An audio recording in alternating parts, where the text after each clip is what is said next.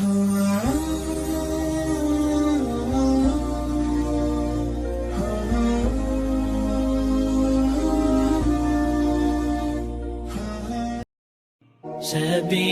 الدموع سبيل مريح، تنهدى يا صاحي كي تستريح. Assalamualaikum warahmatullahi wabarakatuh. Alhamdulillah wassalatu wassalamu ala Rasulillah wa ala alihi wa sahbihi wa mawala, la haula wa la quwata illa billah. Bapak, Ibu, jamaah majelis taklim as-salam yang dirahmati Allah. Alhamdulillah, hari ini kita dapat istiqomah dalam bertaklim dan bersilaturahim. Mudah-mudahan keistiqomahan kita ini menjadi amal yang solid dan mendapat ridho dari Allah Subhanahu wa Ta'ala. Amin. Mari kita awali dengan bersama-sama membaca basmalah. Bismillahirrahmanirrahim. Ibu-ibu, saya mohon maaf dua kali.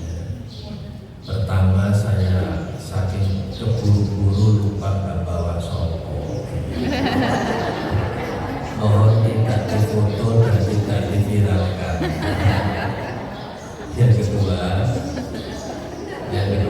biasanya saya selalu menampilkan materi di slide, ya, namun ternyata trouble, jadi tidak bisa ditampilkan.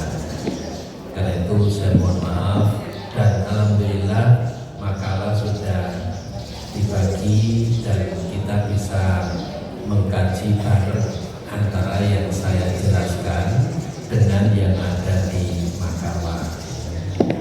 Materi hari ini adalah terkait dengan keberadaan kita di bulan Muharram, di mana bulan Muharram itu merupakan momentum hijrah yang dilakukan oleh Rasulullah SAW dari Mekah ke Madinah.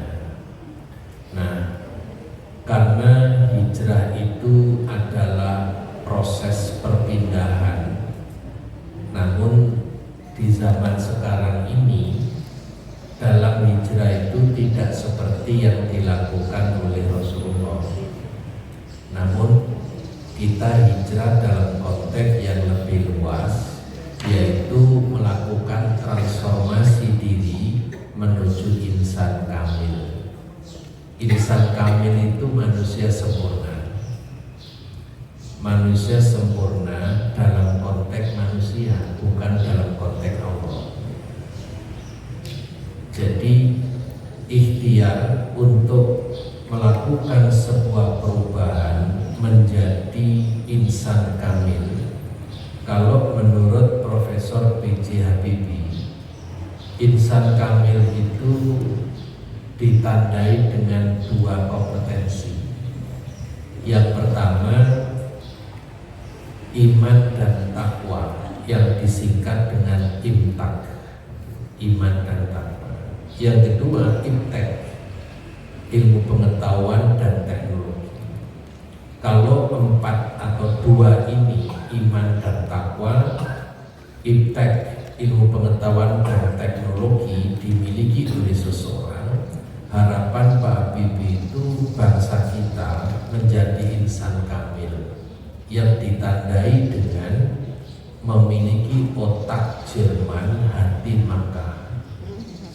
Itu harapan Pak Habibie dulu. Nah, kita sekarang melihat otaknya pimpinan kita ini nggak jelas. Ya tidak Jerman, ya tidak Prancis, ya tidak lain, tapi nggak tahu mana. Amerika.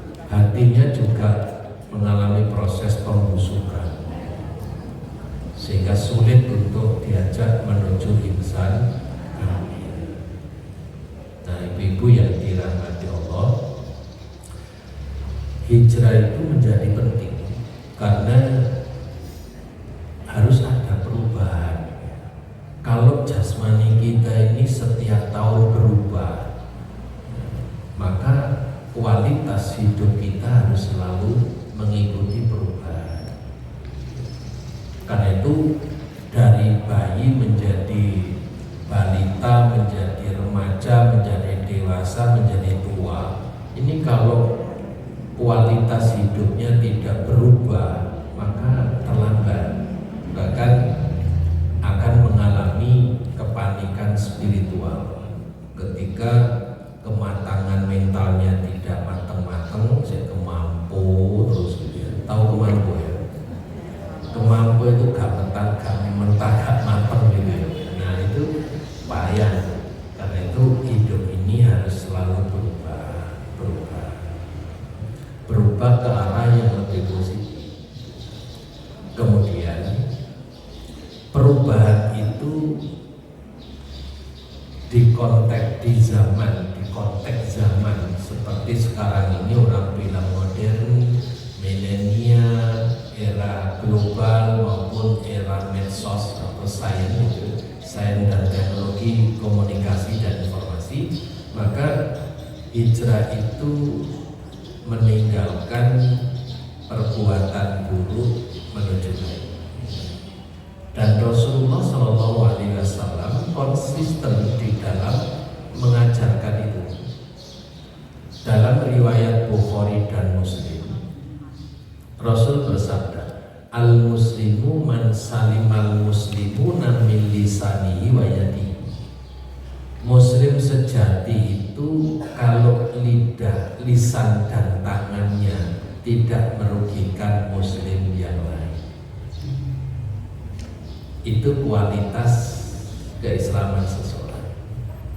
Jadi lisannya selalu menebar kebaikan, tangan dalam konteks ya dua tangan kita atau tangan kekuatan kita, kekuasaan yang kita miliki, itu jangan sampai merugikan orang lain.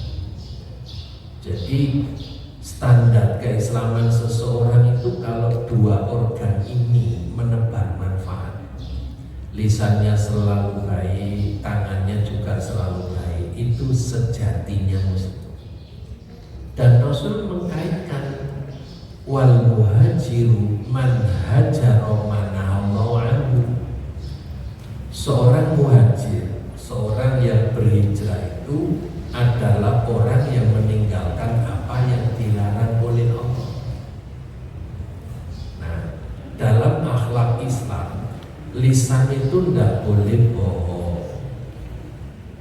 tidak boleh menggunjing, tidak boleh memfitnah, tidak boleh mencaci maki, tidak boleh menuduh, ya. Sampai mencap itu tidak boleh. Apalagi mencap. Ya, mencap itu kan meletakkan posisi bibir tidak pada tempatnya. Nah, itu zalim namanya. Nah, oleh karena itu Rasulullah mengajarkan agar pergerakan bibir kita itu menghasilkan kebaikan. Beliau menyatakan wa tabassamuka fi wajhi akhika shadaqatun. Senyummu untuk saudaramu itu saudara. Kita bertemu siapapun ramah, santun, bersahaja, tegur sapa, saling doa, saling menyampaikan wa tawassaw bil haq wa tawassaw bis sabr, itu kebajikan. Karena itu lisan harus terkendali dengan baik dan tangan pun juga demikian. Jadi apapun kalau kita ini muslim sejati, tangan itu nggak akan merugikan siapapun. Baik tangan, kedua tangan kita maupun tangan secara maknawi, yaitu kekuasaan, jabatan, kekuatan dan sebagainya. Nah, karena itu orang berhijrah itu selain meningkatkan kebaikan, juga mencegah untuk tidak melakukan kejahatan, keburukan dan sebagainya. Nah, ibu-ibu, hakikat spirit hijrah itu paling tidak ada 5 perubahan yang harus kita lakukan.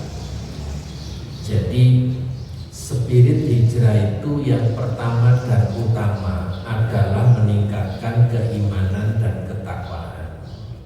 Itu harus terus bertambah. Karena iman itu sudah diatur oleh Allah penjagaannya, pembinaannya. Dalam surat Al-Fatah, Ibu sering mendengar itu. Jadi Allah Subhanahu wa Ta'ala menambahkan iman seseorang.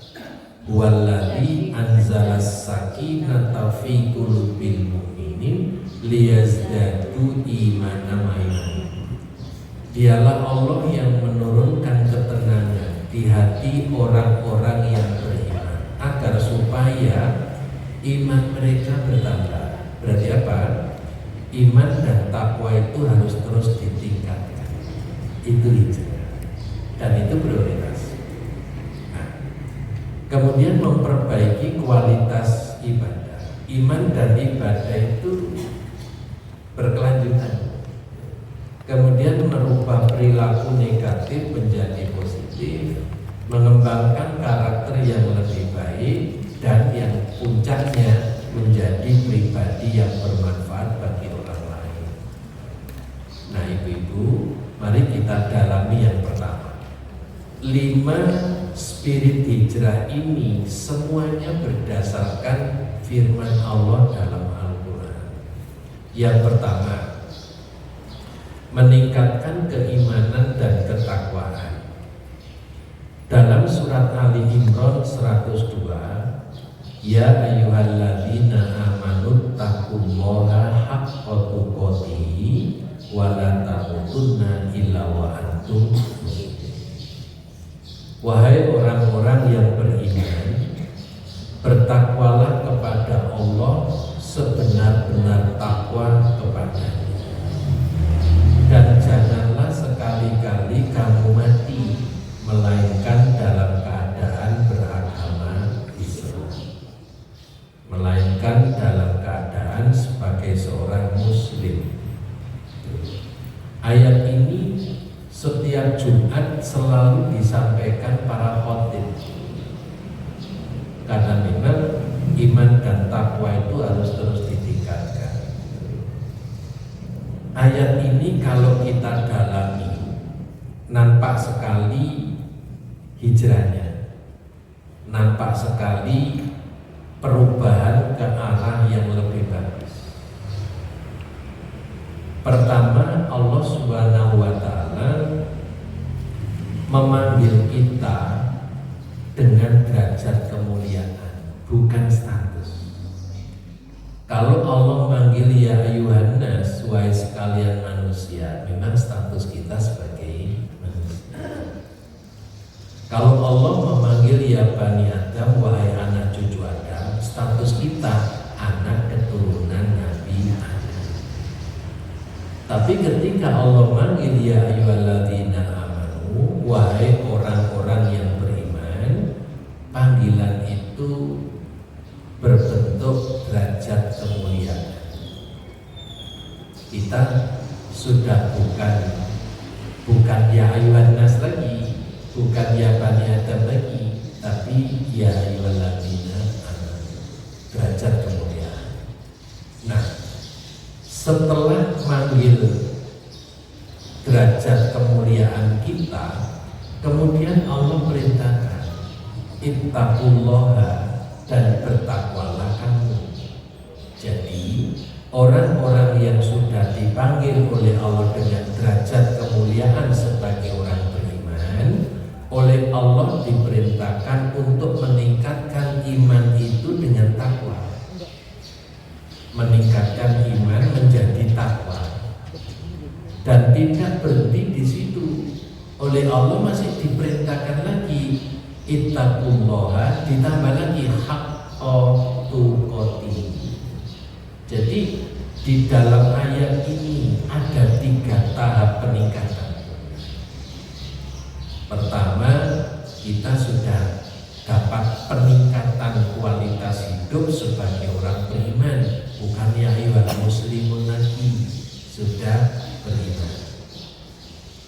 Setelah itu Allah perintahkan untuk menjadi orang yang bertakwa. Sama dengan panggilan Allah kepada orang beriman untuk diperintahkan puasa. Ujung ayatnya apa? La'allakum tattaqun. Jadi lewat puasa yang dilaksanakan oleh orang beriman, meningkat imannya menjadi takwa. Nah, di ayat ini tambah lagi hak tuqati, dengan sebenar-benar takwa. Pertanyaannya, seperti apa sebenar-benar takwa itu?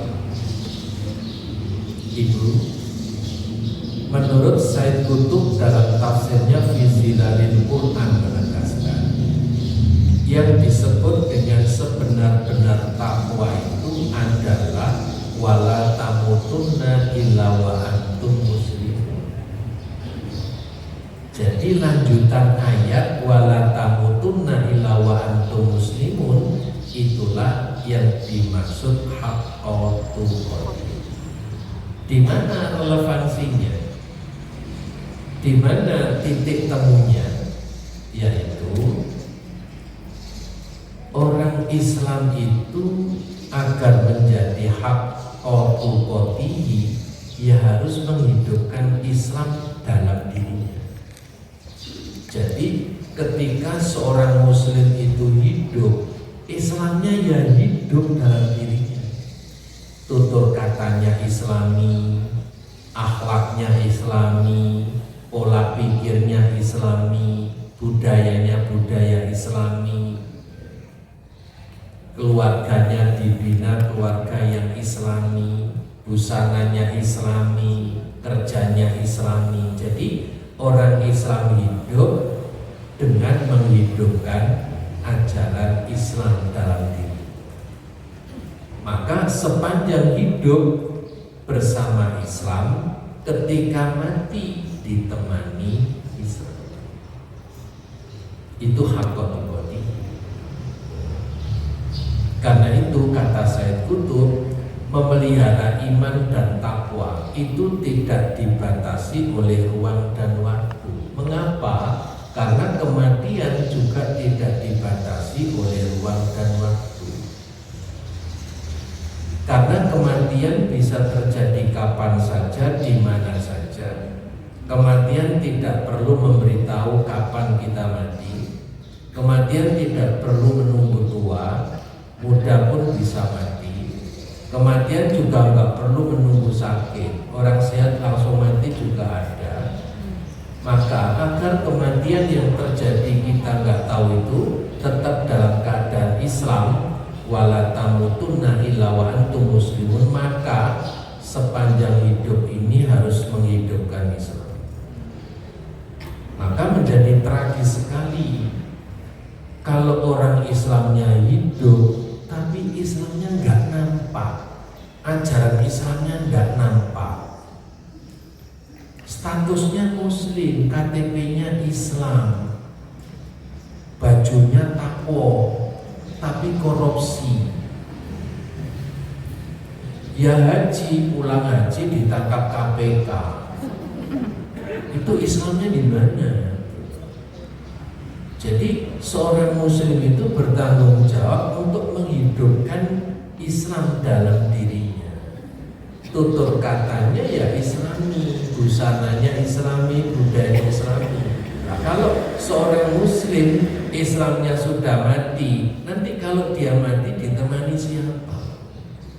Apa ditemani Mak Lampir itu? Atau ditemani Nyai Roro Kidul?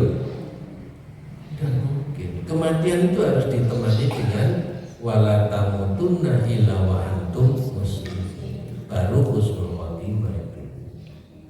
Nah, ayat ini kan menakjubkannya ada pada faktor lompatan. Ibu-ibu sudah dibesarkan dengan bahasa Indonesia kan? Narasi ayat ini ada lompatan dan ada sesuatu yang tersembunyi. Kalau kita boleh berandai, andai kata begini, wahai orang-orang yang beriman, bertakwalah kepada Allah sebenar-benar takwa kepadanya. Lanjutannya yang linear itu kan agar supaya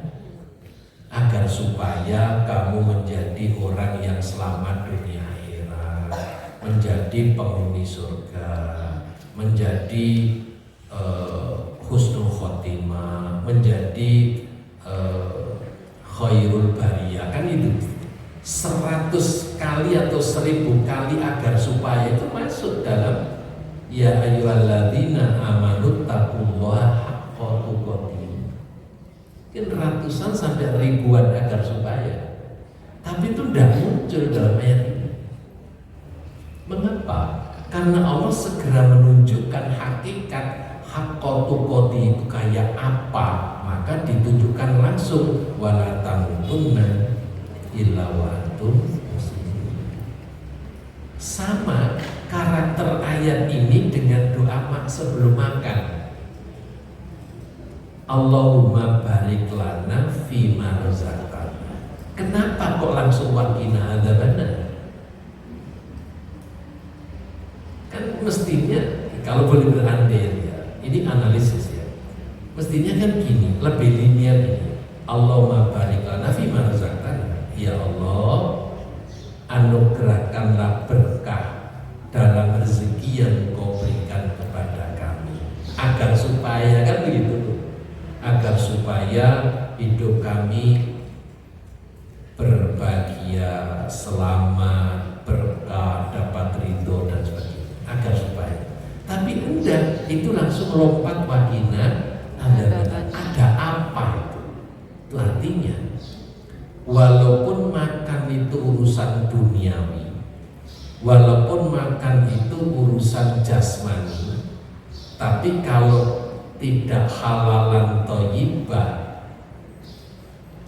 ya tidak berkah. Jadi Allahumma barik lana fima razaqtana menuntut yang dimakan itu harus makanan yang halalan. Jadi doanya sudah bagus. Ya Allah, anugerahkanlah kepada kami rezeki yang penuh berkah. Berkailah rezeki yang Kau berikan kepada kami. Maka agar yang dimakan itu menjadi rezeki yang barokah, maka yang dimakan harus halalan thayyibah. Dan dengan halalan thayyibah lazim kalau waqina adzabannar. Nah, maka sebaliknya sekarang kalau yang dimakan itu hasil korupsi, apa ya mungkin Allahumma barik lana dari hasil korupsi? Apa ya mungkin hasil perbuatan haram kemudian berdoa ya Allah berikanlah berkah pada rezeki yang Kau berikan kepada kami? Apa mungkin hasil korupsi itu menjadi makanan yang barokah? Ya tidak mungkin. Dan apa mungkin harta haram itu lantas Allah mengabulkan waqina adzabannar, selamatkanlah kami, lindungilah kami dari api neraka. Lawang makanan haram itu nyeret ke neraka. Hadis Rasul jelas, man nabata lahmu minasuti fannaru aulabi.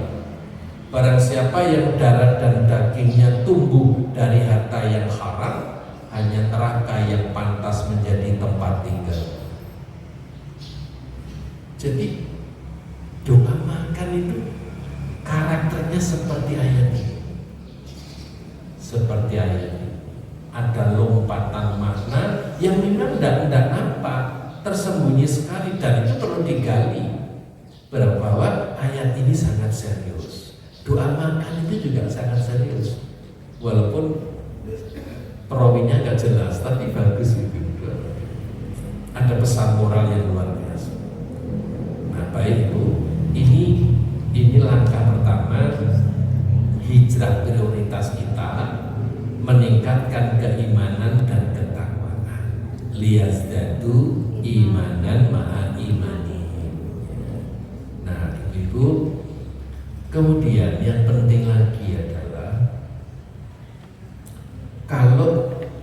kita ini sudah berada pada posisi haqqatu qatihi, maka orang hijrah itu jangan sampai melanggar wala tamutunna illa wa antum muslimun. Kalau sudah posisinya mencapai haqqatu qatihi, jangan mengabaikan amaliyah yang diajarkan di dalam Islam. Maka kemudian ayat ini harus dimotivasi dengan fastabiqul khairat, selalu berlomba-lomba dalam kebaikan. Selalu berlomba-lomba dalam kebaikan. Jadi kalau ada perlombaan kejahatan, ibu gak usah ikut. Kalau ada lomba-lomba maksiat, jangan ikut. Karena apa? Sayangi larangan Allah, wala tamutunna illa wa antum muslimun. Karena apa? Maksiat, dosa, kemungkaran itu menyebabkan Islamnya mati walaupun orang Islamnya masih hidup. Baik Ibu, di dalam penjelasan Profesor Wahbah Az-Zuhaili, Ibu bisa baca sendiri di makalah. Saya langsung yang kedua, bahwa spirit hijrah itu memperbaiki kualitas ibadah.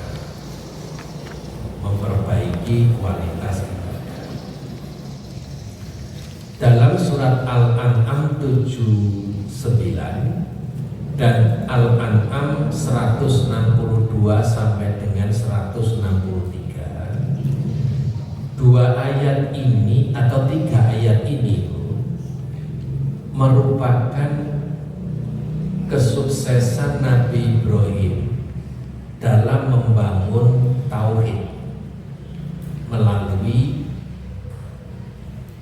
pencarian siapa hakikat Tuhan, siapa Tuhan yang sebenarnya. Begitu Nabi Ibrahim menasihati ayahnya, terus diancam mau dirajam, terus diusir, Nabi Ibrahim kan mengatakan bahwa Pak, Tuhan itu yang menciptakan kita. Jadi Tuhan itu bukan yang kita ciptakan. Kita ini ciptaan Tuhan. Maka salah kalau kita menciptakan Tuhan dalam bentuk patung, haca, dan berhala. Kan logis itu. Tapi ayahnya bilang, kamu kok benci banget sih sama Tuhan itu?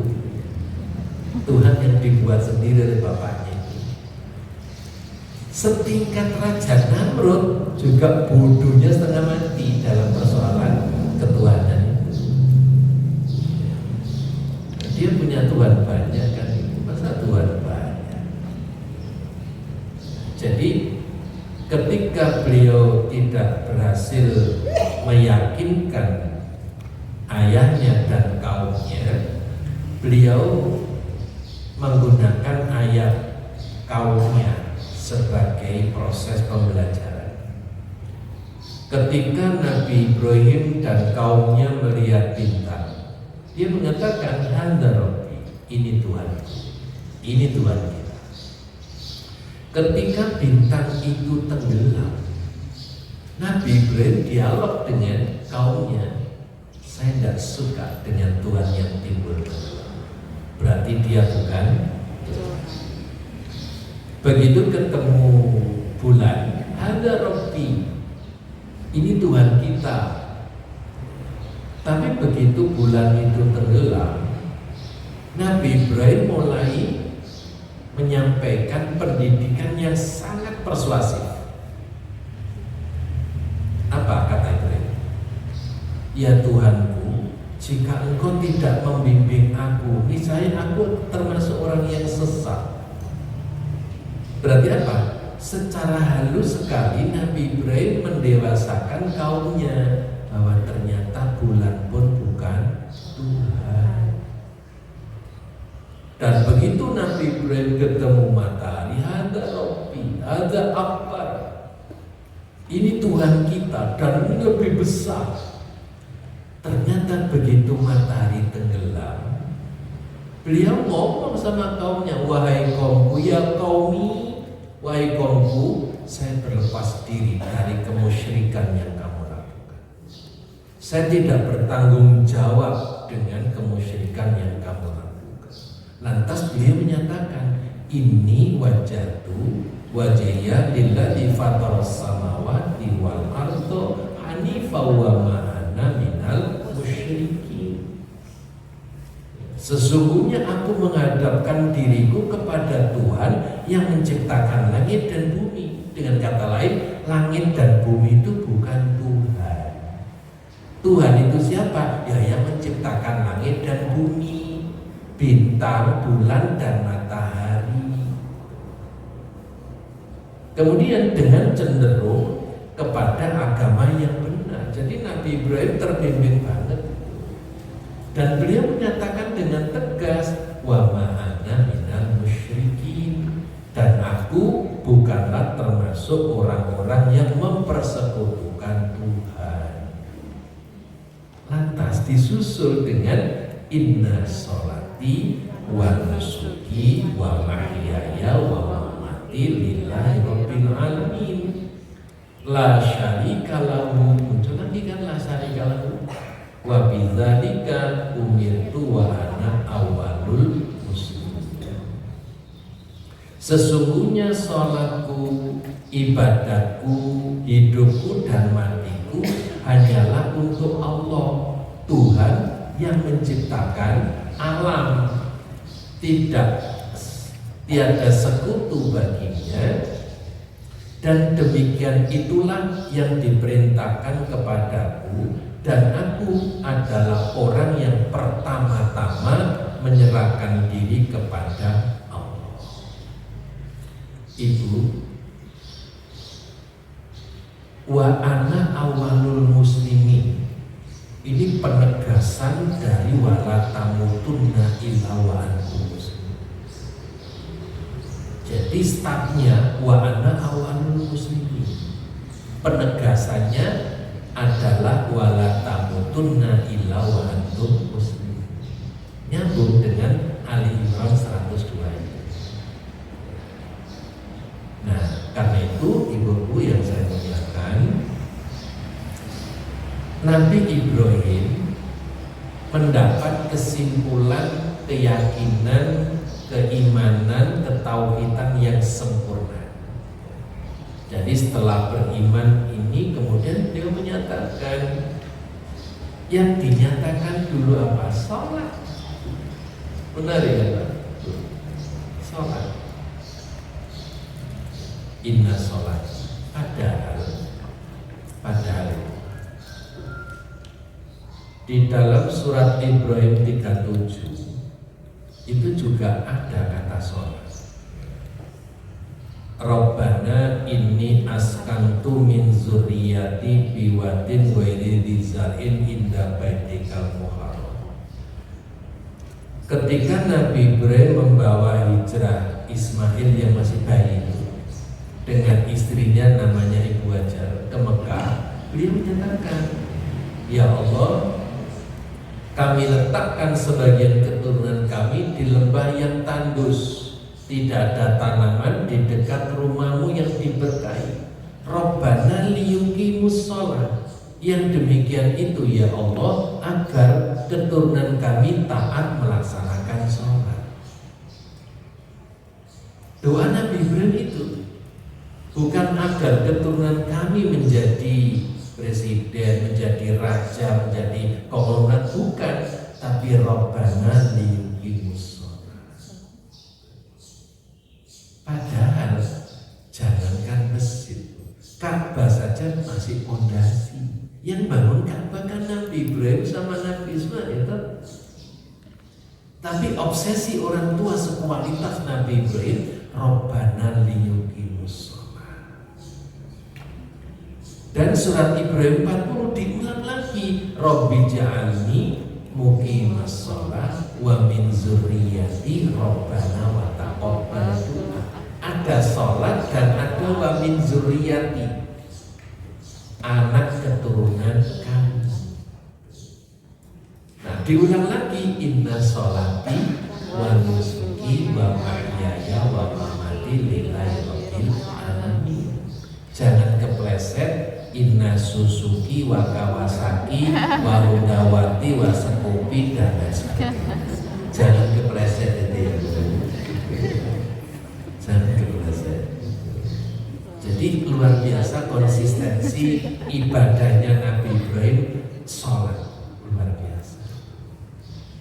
Nah inilah yang harus kita upayakan. Hijrah itu peningkatan kualitas ibadah, utamanya sholat.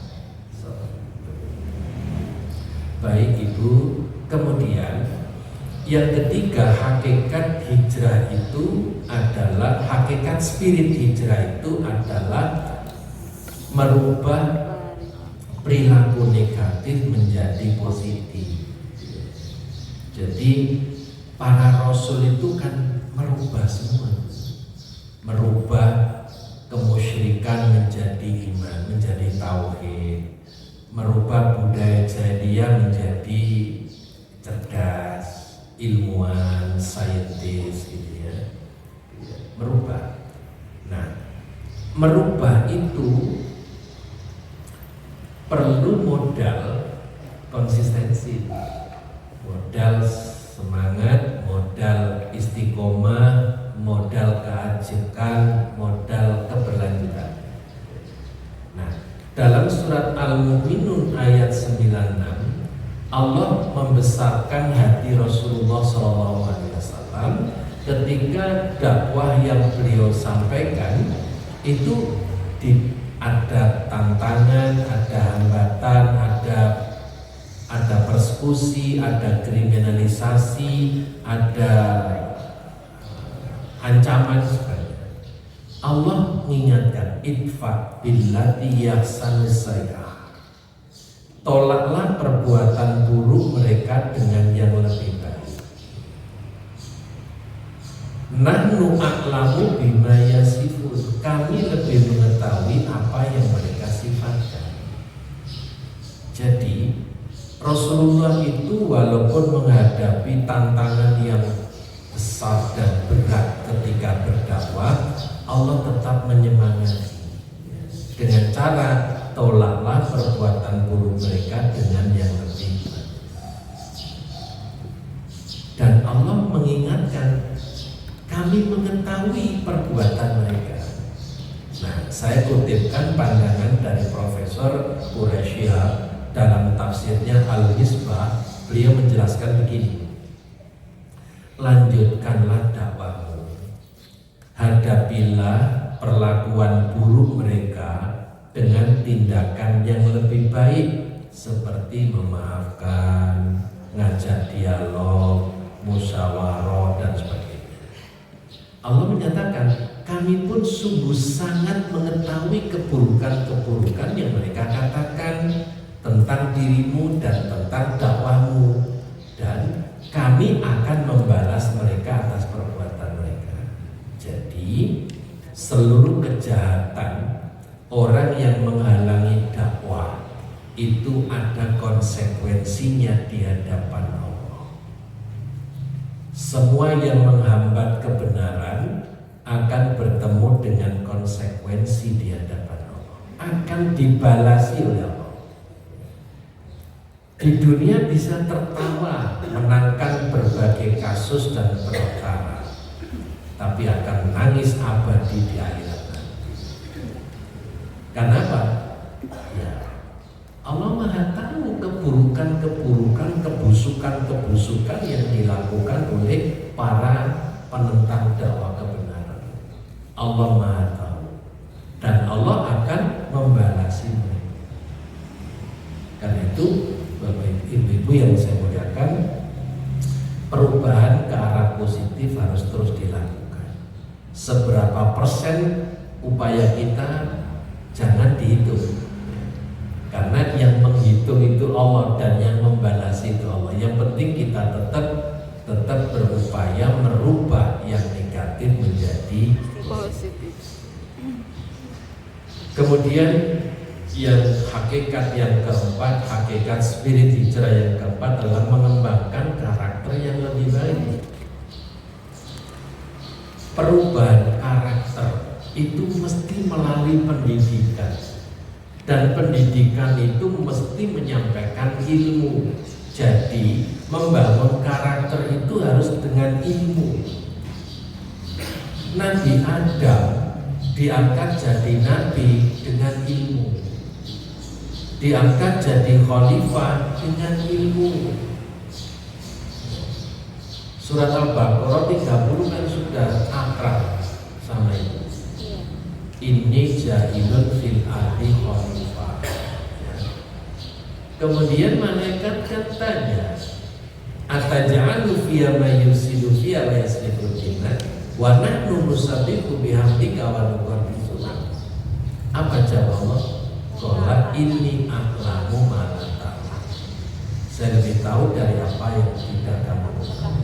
Kemudian Allah mengajarkan kan, wa 'allama Adamal asma'a kullaha summa 'aradahum 'alal malaikati faqala ambi'uni bi asma'i haula'i in kuntum.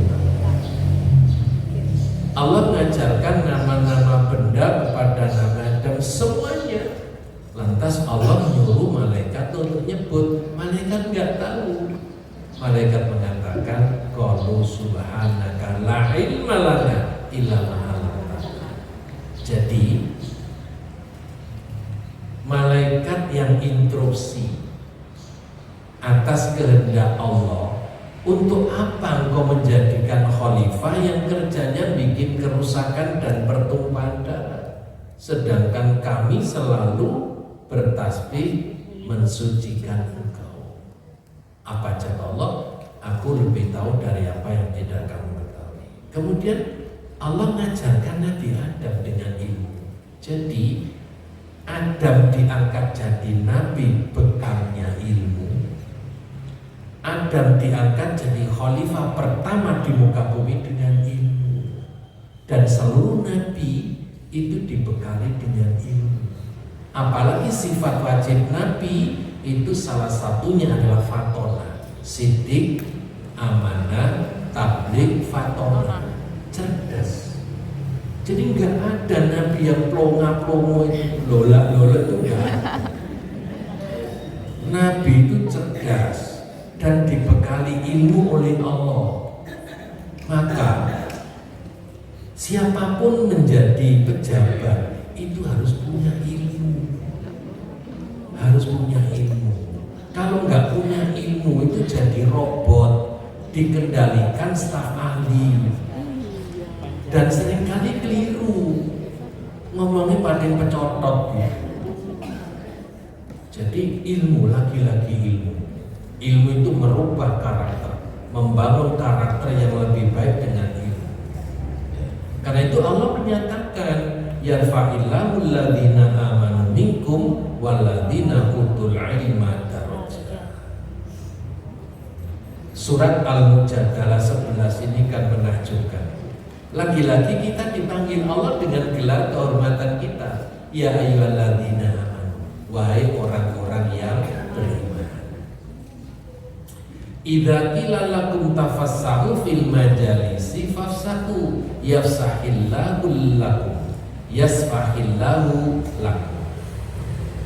Wahai orang-orang yang beriman, apabila dikatakan kepadamu berlapang-lapanglah dalam majelis, maka lapangkanlah, niscaya Allah akan memberi kelapangan untukmu. Secara teks ayat kita disuruh berlapang-lapang di majelis. Memang saat itu Rasulullah menyampaikan ilmunya, wahyu dari Allah. Nah, maka majelis taklim itu disuruh berlapang-lapang, jangan berdesak-desak. Kasih kesempatan orang yang baru datang untuk mendapatkan tempat. Ini secara teks ayat. Secara konteks ayat, kalau hidup ini kita gemar memberi kelapangan orang, insya Allah Allah akan melapangkan hidup kita. Sebaliknya, kalau hidup selalu membuat orang susah, selalu bikin sempit dan kesulitan orang lain, Allah pasti akan mempersulit hidup sampai hari kiamat. Jadi kalau kita melapangkan hidup orang lain, kesulitan kita bantu, berbagai macam penderitaan kita bantu, kita akan dilapangkan hidup kita. Ayatnya. Nah, kemudian wa idza qila suzu fansuzu. Apabila dikatakan berdirilah kamu, maka berdirilah. Niscaya Allah akan mengangkat derajat kalian. Dengan menghormati orang, kita diangkat derajat kita oleh Allah menjadi makhluk yang terhormat. Dan kemudian Allah menyatakan Allah itu meninggikan derajat orang beriman dan derajat orang berilmu beberapa derajat. Beberapa derajat itu tidak terangkakan, beberapa derajat itu tidak terhingga, tidak ternominalisasikan. Kalau ibu tanya, suhu di Malang hari ini berapa derajat ya? Oh, 23 derajat. Kan ada angkanya, angkanya 23 derajat. Berarti ada jumlahnya kan? 1 sampai mencapai 23 kan? Tapi kalau beberapa derajat itu tidak terangkakan. Dari mana itu? Himpunan orang beriman itu sudah mendapat derajat di sisi Allah. Orang berilmu juga mendapat derajat di sisi Allah. Integrasi iman dan ilmu, Allah mengangkat beberapa derajat. Maka beberapa derajat ini harus diraih dengan cara apa? Orang beriman itu harus berilmu. Dengan ilmu imannya semakin kuat. Perkembangan ilmu dilandasi oleh keimanan dan harus melahirkan amal soleh. Jadi akhirnya orang beriman dan berilmu itu harus beramal soleh. Karena amalan itu tidak sempurna tanpa ilmu. Ibu gak mungkin sholat sempurna tanpa mempelajari ilmu yang mengatur tentang tata cara sholat. Ibu gak mungkin umroh dan haji sempurna tanpa belajar ilmu manasik haji dan manasik umroh. Jadi orang beriman diberi derajat, orang berilmu diberi derajat. Beberapa derajat kemudian kalau itu jadi amal soleh. Karena itu ibu, derajat ini harus kita raih agar kita menjadi hamba yang berkarakter. Nah, saya teringat sekali guru saya waktu itu menjelaskan gini, bukti bahwa Allah itu mengangkat derajat orang berilmu itu, beliau mengibaratkan timba itu kalau ada isinya namanya air, maka akan diangkat orang kemana-mana untuk dibagi-bagikan. Itulah ilmu yang bermanfaat.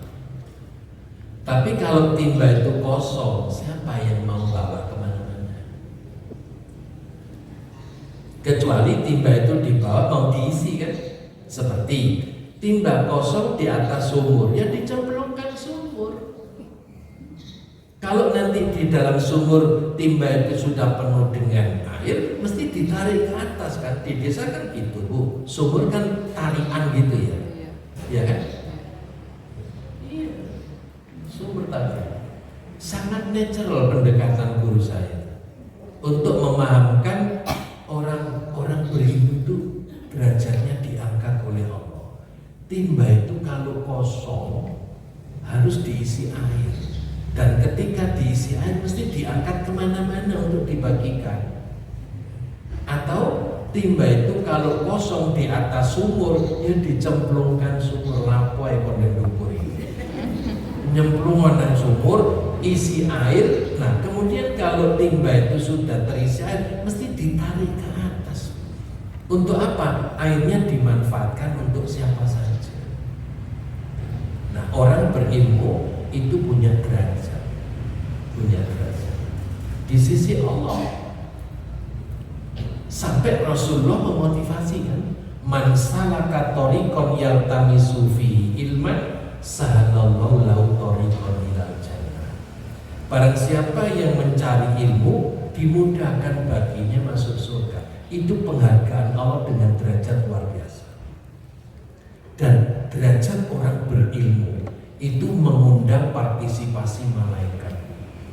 Orang yang duduk di majelis taklim, para malaikat itu pada mendoakan, pada memohonkan perlindungan, keselamatan, berkah kepada orang yang duduk di majelis ilmu, walaupun dia ngantuk juga didoakan. Senden. Walaupun senden kayak pijet-pijet juga tetap dapat doanya. Dapat semua. Itu derajat mulia dari Allah, sampai malaikat itu menaruh perhatian yang luar biasa. Dan secara dari aspek perbandingan aja ya, Ibu bandingkan. Orang berilmu itu dikejar harta, sedangkan orang tidak berilmu itu mengejar harta. Ya.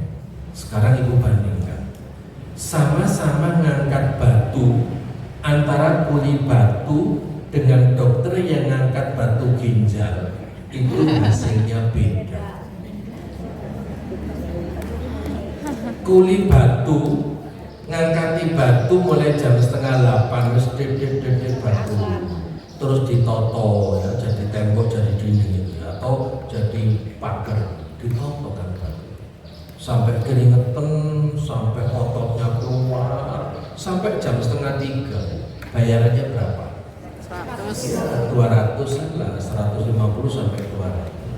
Ototnya sampai keluar semua, kepanasan, keringetan.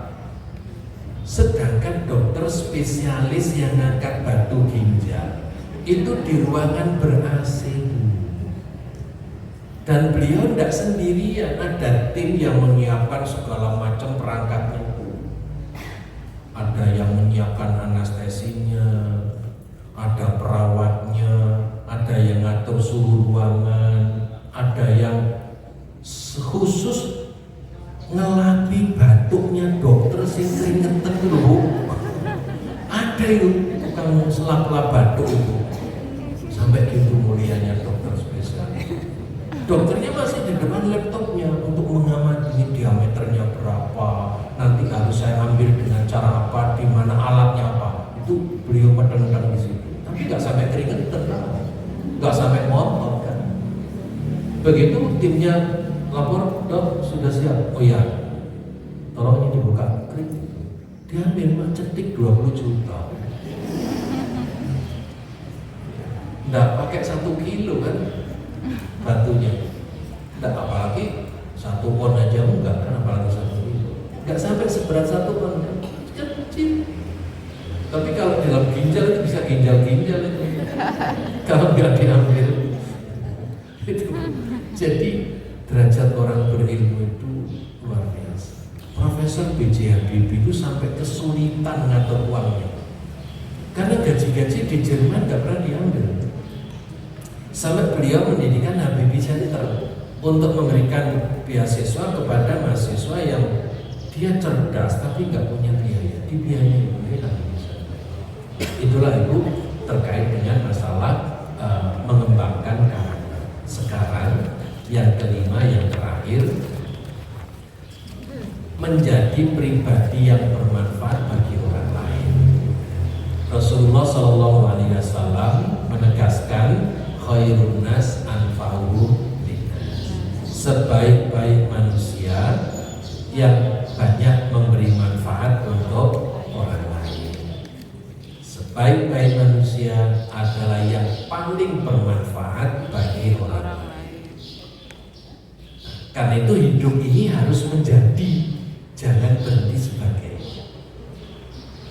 Ibu bandingkan antara sebagai dan menjadi itu beda. Lakukan muhasabah dengan jujur. Saya ini masih sebagai istri atau sudah menjadi istri buat suami saya. Harus punya keberanian untuk jujur. Kalau sebatas sebagai itu status, Maka yang status ini tingkatkan menjadi dengan proses menjadi pasangan hidup abadi dunia sampai akhir. Itu menjadi. Bapak juga ibu tanya, Pak, sampai niku masih sebagai suami atau sudah menjadi suami ya buat saya? Berani nggak ya? Lakukan untuk kita membuka kejujuran, jangan ada dusta di antara.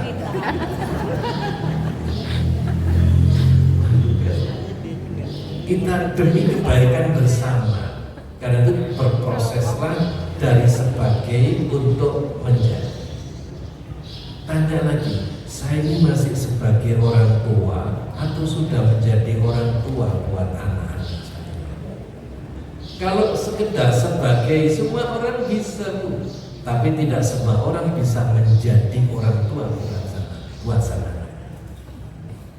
Ya, agak radikal, tanyalah, saya ini masih sebagai muslim atau sudah menjadi muslim? Agar menjadi, ya wala tamutunna illa wa antum muslimun. Radikal lagi, saya ini masih sebagai manusia atau sudah menjadi manusia? Kalau sudah menjadi manusia, betul-betul wa ma khalaqtul jinna wal insa illa liya'budun itu terwujud. Nah, tapi kalau ibadahnya musiman, angin-anginan, rok-rok asem, itu kayaknya masih sebagai manusia, belum menjadi manusia. Maka mari kita berproses dengan semangat hijrah ini, berproseslah dari sebagai berproses menjadi apa saja. Nah, ada 4 wilayah yang saya kutip dalam makalah itu. 1, menjadi berguna bagi diri sendiri dengan terus memperbaiki diri dalam segala ruang dan waktu, tidak menyia-nyiakan peluang dan kesempatan. Itu proses menjadi. Yang kedua, menjadi berguna bagi keluarga dengan terus mengembangkan karir, berperilaku mulia untuk menjaga nama baik keluarga. Semua orang tua mesti berpesan, hati-hati di mana saja, jaga nama baik keluarga. Kan gitu. Kalau jadi mahasiswa belum lulus itu sudah diwanti-wanti, jaga nama baik alma mater. Ojo ngisi-ngisini alma mater. Wae wong demo kok masuk istana itu sapa sing ngongkon gitu. Ya kan? Kemudian menjadi berguna bagi masyarakat dengan senantiasa menebar manfaat dengan kelebihan yang ada sampai masyarakat memberi pengakuan kebaikan kita. Jadi orang baik itu nggak usah memberitahukan aku baik, itu nggak perlu. Kenapa? Orang baik itu diakui kebaikannya oleh orang yang merasakan kebaikan. Biarlah kebaikan itu dirasakan orang lain, dan orang lain dengan serta-merta menjadi saksi memang dia itu orang baik. Nah, kalau cuma ngomong aku ini orang baik, di luar negeri saya tuh dihormati orang. Sopo sih hormati? Ya, gak bisa. Orang dikatakan baik kalau ada yang mengakui kebaikan seseorang. Abu Bakar diakui sebagai as-siddiq karena memang beliau selalu membenarkan kebenaran. Pemuda Muhammad mendapat julukan Al-Amin karena masyarakat menyaksikan kalau dia nggak pernah bohong.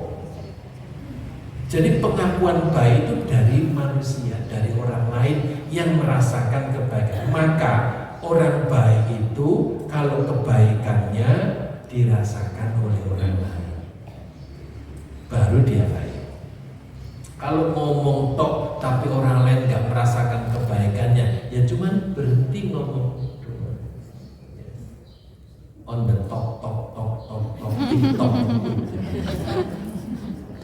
Kemudian menjadi berguna bagi bangsa dan negara dengan berkontribusi positif, berpikir konstruktif untuk memajukan bangsa menjadi dan menjaga nama baik bangsa dan negara.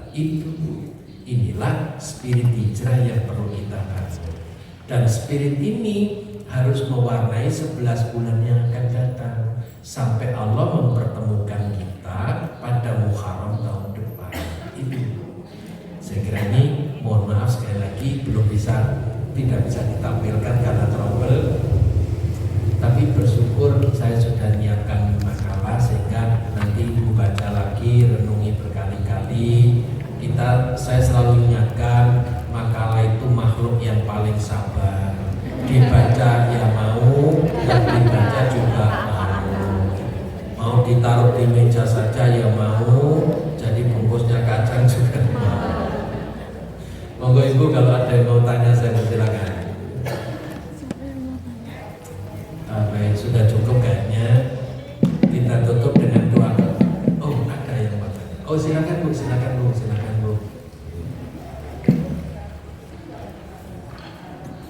Assalamualaikum warahmatullahi wabarakatuh. Waalaikumsalam. Bapak, kalau kita menolong tetangga, ya Pak ya, itu dia itu merokoknya luar biasa.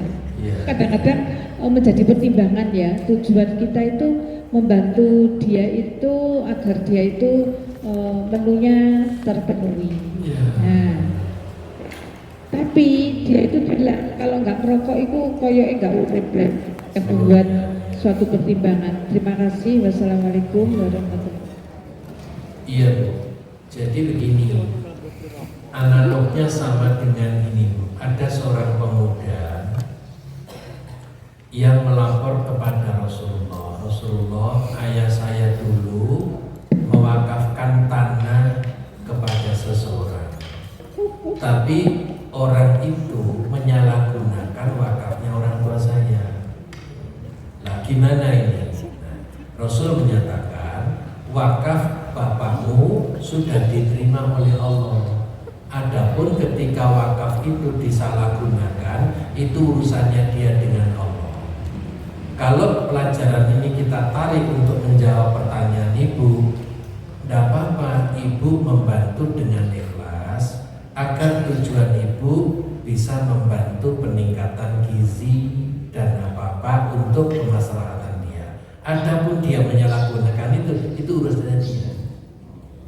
Termasuk misalnya ada yang minta-minta di traffic light. Kalau ibu ikhlas memberi, berilah. Tidak usah khawatir, kok jangan-jangan dibuat pino, jangan-jangan dibuat judi. Itu urusannya dia. Setelah ibu memberi, sudah nggak usah diingat. Peduli amat digunakan untuk apa.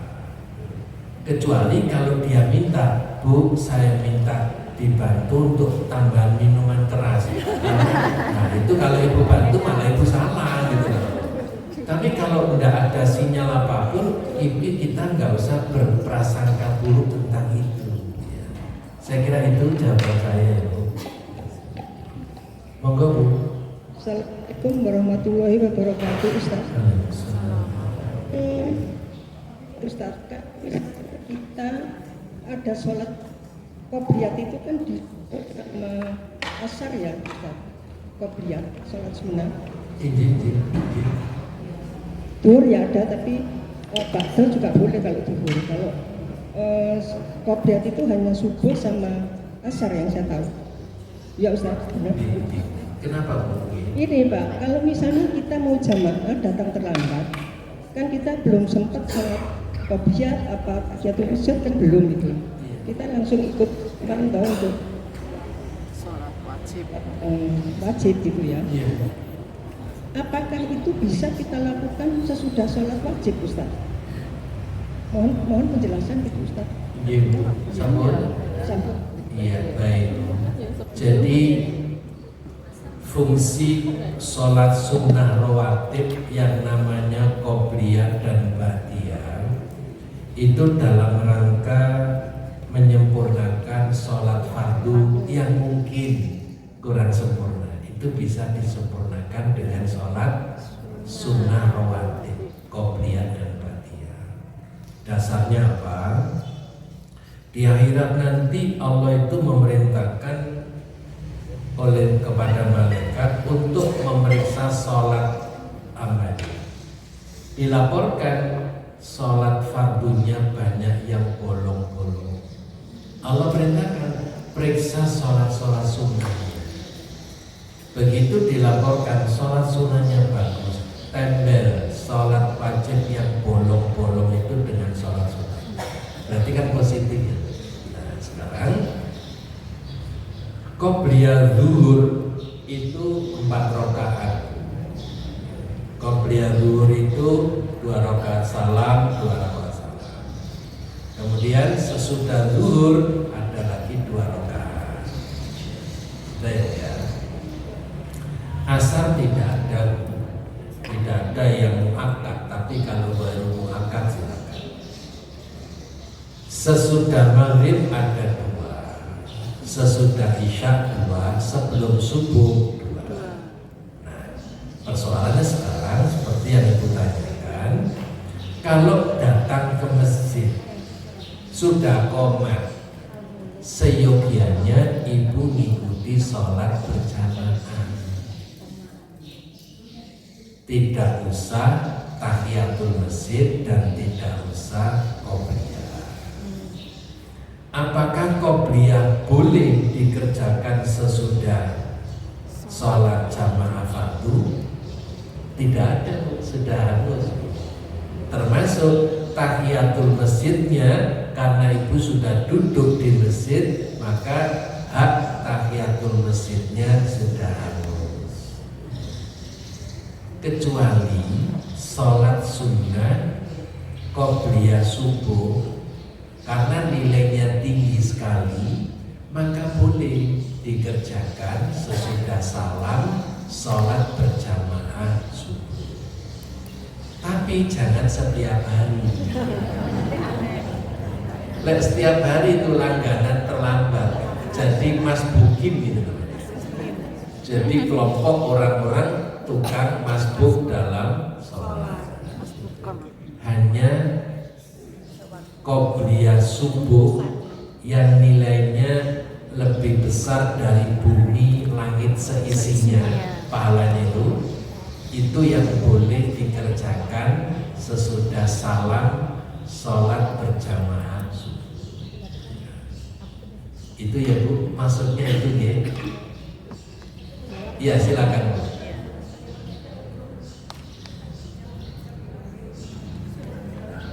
Saya tidak dengar. Sebentar. Dekat mulut begini. Maaf Ustaz, saya lengkapi pertanyaan saya Ustaz. Penjelasan yang qobliyah subuh tadi bisa diambil, bagaimana penjelasannya kurang paham saya. Kalau ibu datang sholat berjamaah subuh di masjid terlambat, muazin sudah qomat, imam sudah Allahu Akbar, ibu langsung ikuti sholat berjamaah subuh. Tidak usah tahiyatul masjid, juga tidak usah sholat sunnah qobliyah subuh. Begitu imam salam, jamaah juga salam, ibu boleh melaksanakan sholat sunnah qobliyah, tapi qobliyah subuh 2 rakaat, tapi dikerjakan sesudah subuh. Karena pertimbangannya sholat sunnah qobliyah subuh itu nilainya masih lebih besar, harganya bumi langit seisinya kalau dijual. Jelas Bu? Jadi kalau bumi langit seisinya dijual, itu belum mengalahkan pahala sholat sunnah qobliyah subuh 2 rakaat. Jelas Ibu? Ya terima kasih Ustaz, alhamdulillah saya sudah paham. Kita tersusun. Monggo ditutup dengan doa kafaratul majlis. Subhanallahumma wa bihamdika asyhadu an la ilaha illa anta astaghfiruka wa atubu ilaik. Assalamualaikum warahmatullahi wabarakatuh.